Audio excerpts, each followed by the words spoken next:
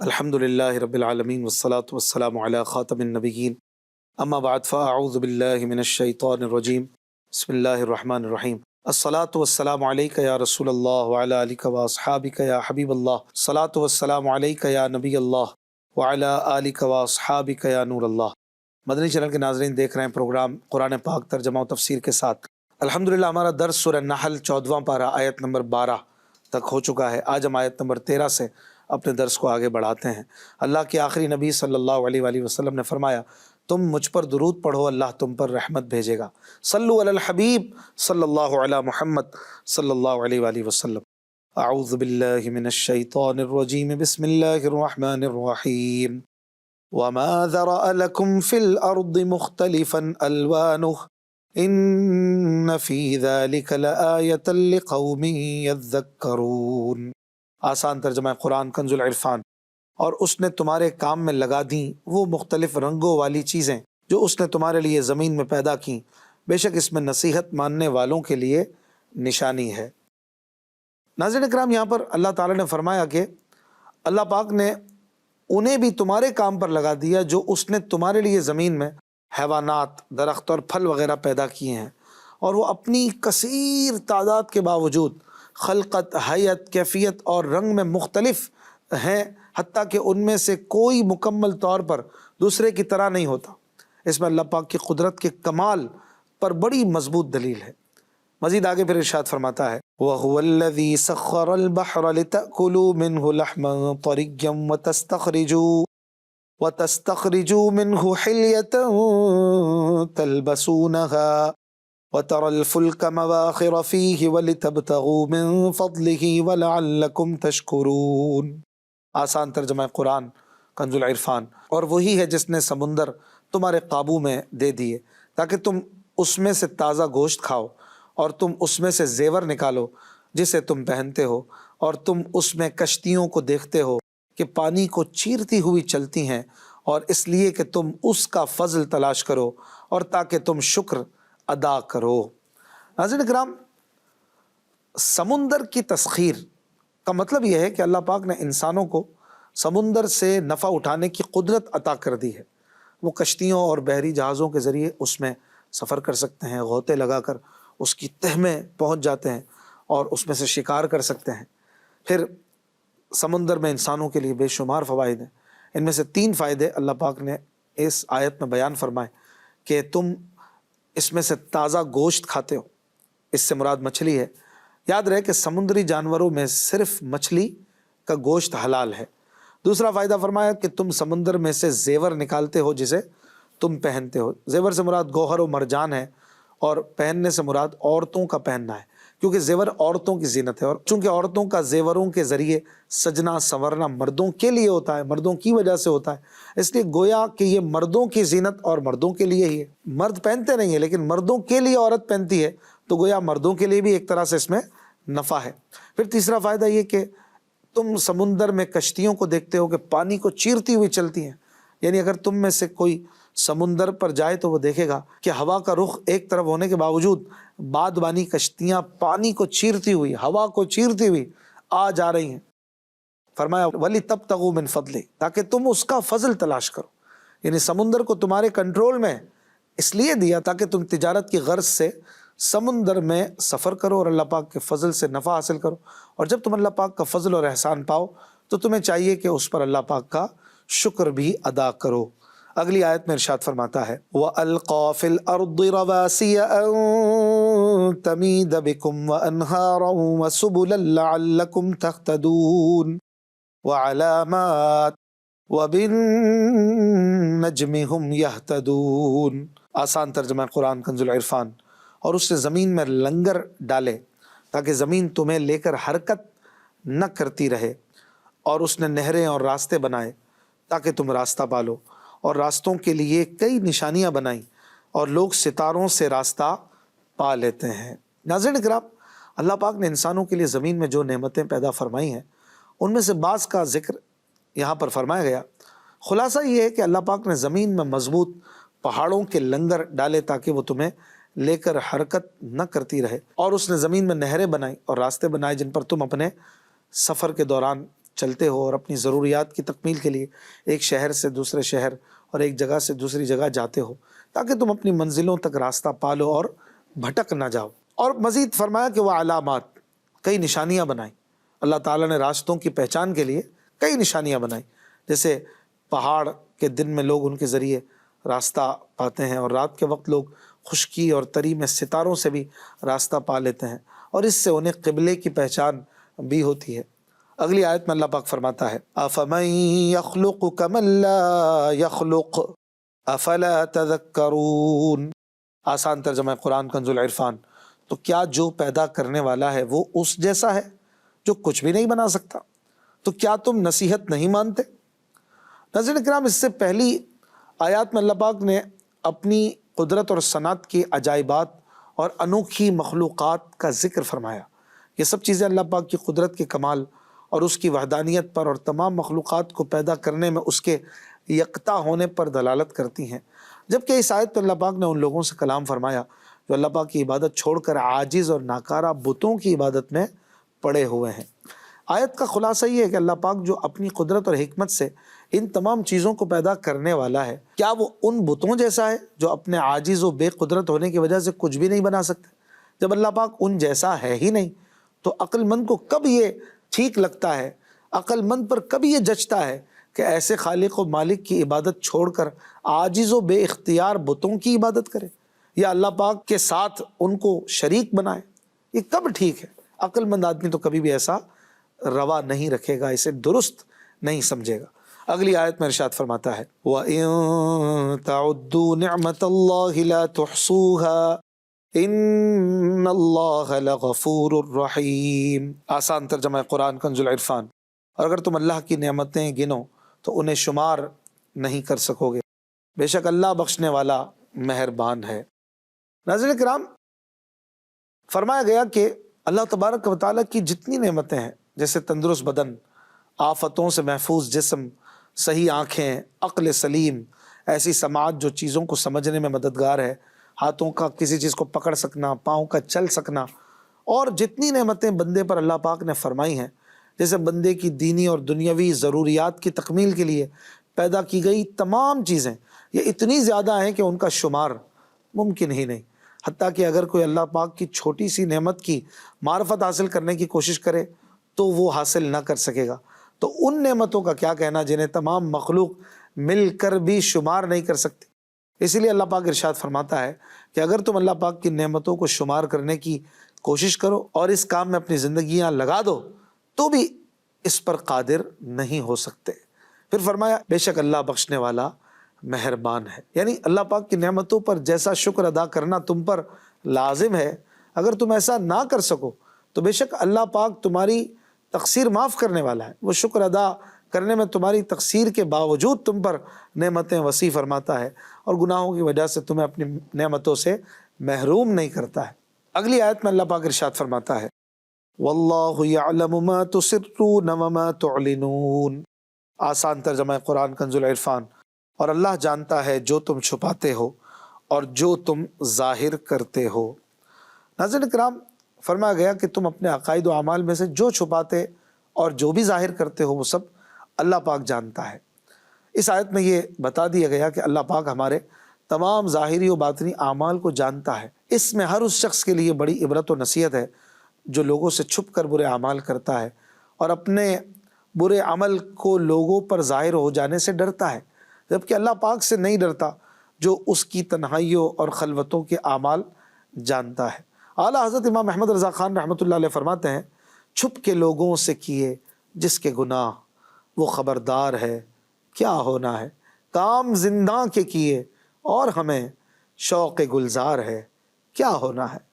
اللہ اکبر۔ اللہ پاک ہمیں جلوت و خلوت میں پاکیزہ بنا دے اور با اخلاق، با کردار اور نیک بنا دے۔ اگلی آیت میں اللہ پاک فرماتا ہے وَالَّذِينَ يَدْعُونَ مِن دُونِ اللَّهِ لَا يَخْلُقُونَ شَيْئًا وَهُمْ يُخْلَقُونَ۔ آسان ترجمہ قرآن کنز العرفان۔ اور اللہ کے سوا جن کی یہ لوگ عبادت کرتے ہیں وہ تو کسی شے کو پیدا نہیں کرتے بلکہ وہ تو خود بنائے جاتے ہیں۔ ناظرین کرام، یدعون بمعنی یعبدون ہے، اور یہ مستند مفسرین نے اس کو لکھا ہے جیسا کہ ابو سعید عبداللہ بن عمر بیضاوی، امام جلال الدین سیوطی، ابو سعود محمد بن محمد اور علامہ اسماعیل حقی رحمۃ اللہ تعالی علیہ مجمعین اس آیت کی تفسیر میں فرماتے ہیں اللہ پاک کے علاوہ جن معبودوں کی کفار عبادت کرتے ہیں۔ علامہ اسماعیل حقی رحمۃ اللہ علیہ اس آیت کے لفظ یدعونا کا معنی یعبدونا لکھنے کے بعد فرماتے ہیں کہ قرآن پاک میں لفظ دعا جیسا کہ یدعونا یہ لفظ دعا سے نکلا ہے، فرماتے ہیں کہ یہ عبادت کے معنی میں بکثرت استعمال ہوا ہے۔ حضرت ابو اللیث سمرقندی رحمۃ اللہ علیہ اس آیت کی تفسیر میں فرماتے ہیں کہ کفار اللہ پاک کے علاوہ جن بتوں کی عبادت کرتے ہیں وہ اس بات پر قادر نہیں کہ کوئی چیز پیدا کر سکیں، بلکہ وہ خود پتھروں اور لکڑی وغیرہ سے بنائے جاتے ہیں۔ امام فخر الدین رازی رحمۃ اللہ علیہ اس آیت کی تفسیر میں فرماتے ہیں اللہ پاک کے علاوہ جن بتوں کی کفار عبادت کرتے ہیں وہ اپنی ذات میں بھی ناقص ہیں کہ انہیں دوسروں نے بنایا ہے، اور اپنی صفات میں بھی ناقص ہیں کہ یہ کسی چیز کو پیدا ہی نہیں کر سکتے۔ اس سے ہمیں یہ بھی پتہ چلا کہ اللہ تعالیٰ نے اس آیت میں جو مذمت فرمائی ہے وہ بتوں کی فرمائی ہے، اور بتوں کے پجاریوں کی فرمائی ہے، کافروں کی فرمائی ہے، نہ کہ بعض لوگ جو اس طرح کی آیتوں کو مسلمانوں پر چسپاں کرتے ہیں اور مزارات اولیاء کو معاذ اللہ اس پر جو ہے وہ قابل مذمت بنا کر دکھاتے ہیں اور کہتے ہیں کہ دیکھو یہ مسلمان مزارات پر جا کر جو حاضری دیتے ہیں اور یہاں آ کر دعائیں کرتے ہیں، تو یہ بھی جو ہے وہ اللہ تعالیٰ نے قرآن شریف میں اس کی مذمت فرمائی اور فرمایا کہ اللہ کو چھوڑ کر جو دوسروں کی عبادت کرتے ہیں تو وہ بھی اس طرح کی آیتوں میں داخل ہے۔ معاذ اللہ یہ بڑی خیانت ہے، اور اس طرح کی آیتوں میں ایسے مسلمان داخل نہیں، اور سب کو یہ بات سمجھنی چاہیے اور واضح ہونی چاہیے کہ مزارات پر جا کر کوئی بھی مسلمان کسی اللہ کے ولی کی عبادت نہیں کرتا، کبھی بھی اللہ کے ولیوں کو اللہ کا بندہ سمجھتا ہے، اللہ کا نیک بندہ سمجھتا ہے، اور ان کے قرب میں ان کے مزار پر ان کی قبر مبارک کے پاس جا کر اللہ تعالیٰ سے دعا کرنا پسند کرتا ہے۔ دعا اللہ پاک سے ہوتی ہے، اللہ پاک کی بارگاہ میں جو ہے وہ حاجت پیش کی جاتی ہے، اور ان بزرگوں کا ایک طرح سے وسیلہ پیش کیا جاتا ہے، اور ان بزرگوں کو اپنی دعا کی قبولیت کا ذریعہ بنایا جاتا ہے کہ ان کے قرب سے دعا قبول ہوگی۔ اور اس طرح کی آیتوں میں مزارات اولیاء اور اللہ کے ولیوں کا کسی بھی طرح سے ذکر ڈالنا اور لوگوں کو اس طرح سے گمراہ کرنا یہ قرآن میں اور مفسرین کی تفاسیر میں خیانت ہے۔ اس بات کو سمجھنا چاہیے اور اس بات کو جان لینا چاہیے کہ مزارات اولیاء پر ادب سے حاضری دینا، فاتحہ، ایصال ثواب اور اللہ پاک کی بارگاہ میں دعا کرنا، ایصال ثواب کرنا، یہ سب اچھے اور مستحب کام ہیں، اور مسلمان انہیں اللہ پاک کے قرب کے لیے صدیوں سے جو ہے وہ اپنائے ہوئے ہیں، اور یہ اس امت میں نہیں بلکہ پچھلی امتوں میں بھی اللہ کے نیک بندوں کے مزارات پر حاضری کے واقعات اور اس طرح کے معاملات ملتے ہیں۔ اگلی آیت میں اللہ پاک ارشاد فرماتا ہے اموات غیر احیاء وما یشعرون ایان یبعثون۔ آسان ترجمہ قرآن کنز العرفان، بے جان ہیں، زندہ نہیں ہیں، اور انہیں خبر نہیں کہ لوگ کب اٹھائے جائیں گے۔ ناظرین کرام، امام ابن ابی حاتم اور امام محمد بن جریر طبری رحمۃ اللہ علیہ اس آیت کی تفسیر میں لکھتے ہیں یہ بت جن کی اللہ پاک کے علاوہ عبادت کی جاتی ہے بے جان ہیں، ان میں روحیں نہیں، اور نہ ہی اپنی عبادت کرنے والوں کو کوئی نفع پہنچانے کی قدرت رکھتے ہیں۔ انہی بزرگوں کے حوالے سے امام جلال الدین سیوطی رحمۃ اللہ علیہ نے اس آیت کی یہی تفسیر در منصور میں تحریر فرمائی۔ امام فخر الدین رازی رحمۃ اللہ علیہ فرماتے ہیں جن بتوں کی کفار عبادت کرتے ہیں اگر یہ حقیقی معبود ہوتے تو یہ اللہ پاک کی طرح زندہ ہوتے، انہیں کبھی موت نہ آتی، حالانکہ سب جانتے ہیں کہ یہ بے جان پتھر ہیں، زندہ نہیں، اور ان بتوں کو خبر نہیں کہ لوگ کب اٹھائے جائیں گے، تو ایسے مجبور بے جان اور بے علم معبود اور خدا کیسے ہو سکتے ہیں؟ امام علی بن محمد رحمۃ اللہ علیہ اپنی کتاب تفسیر خازن میں فرماتے ہیں اس آیت کا مطلب یہ ہے کہ اگر یہ معبود ہوتے جیسا کہ یہ کفار سوچتے ہیں تو یہ ضرور زندہ ہوتے، انہیں کبھی موت نہ آتی، کیونکہ جو معبود عبادت کا مستحق ہے وہ ہمیشہ سے زندہ ہے اور اسے کبھی موت نہ آئے گی، اور بت چونکہ مردہ ہیں، زندہ نہیں، لہٰذا یہ عبادت کے مستحق نہیں۔ ان کے علاوہ دیگر تمام مستند تفاسیر جیسے تفسیر طبری، تفسیر سمرقندی، تفسیر بغوی، تفسیر ابو سعود، تفسیر قرطبی، تفسیر ساوی وغیرہ میں صراحت ہے کہ اس آیت میں اموات غیر احیاء سے مراد بت ہیں۔ کسی بھی مستند مفسر نے ان آیات کا مصداق انبیاء اکرام علیہ السلام اور اولیاء اکرام رحمۃ اللہ تعالی علیہ مجمعین کو قرار نہیں دیا۔ اگلی آیت میں اللہ پاک فرماتا ہے الہکم الہ واحد فالذین لا یؤمنون بالآخرة قلوبهم منکرة وهم مستکبرون۔ آسان ترجمہ قرآن کنز العرفان۔ تمہارا معبود ایک معبود ہے، تو وہ جو آخرت پر ایمان نہیں لاتے ان کے دل منکر ہیں اور وہ متکبر ہیں۔ ناظرین کرام، آیت کا خلاصہ یہ ہے کہ اس سے ما قبل آیات میں ذکر کیے گئے قطعی دلائل سے ثابت ہو گیا کہ تمہاری عبادت کا مستحق ایک معبود یعنی اللہ پاک ہے، وہ اپنی ذات و صفات میں نظیر و شریک سے پاک ہے۔ تو وہ لوگ جو آخرت پر ایمان نہیں لاتے ان کے دل اللہ پاک کی وحدانیت کا انکار کرنے والے ہیں اور وہ متکبر ہیں کہ حق ظاہر ہو جانے کے باوجود اس کی پیروی نہیں کرتے۔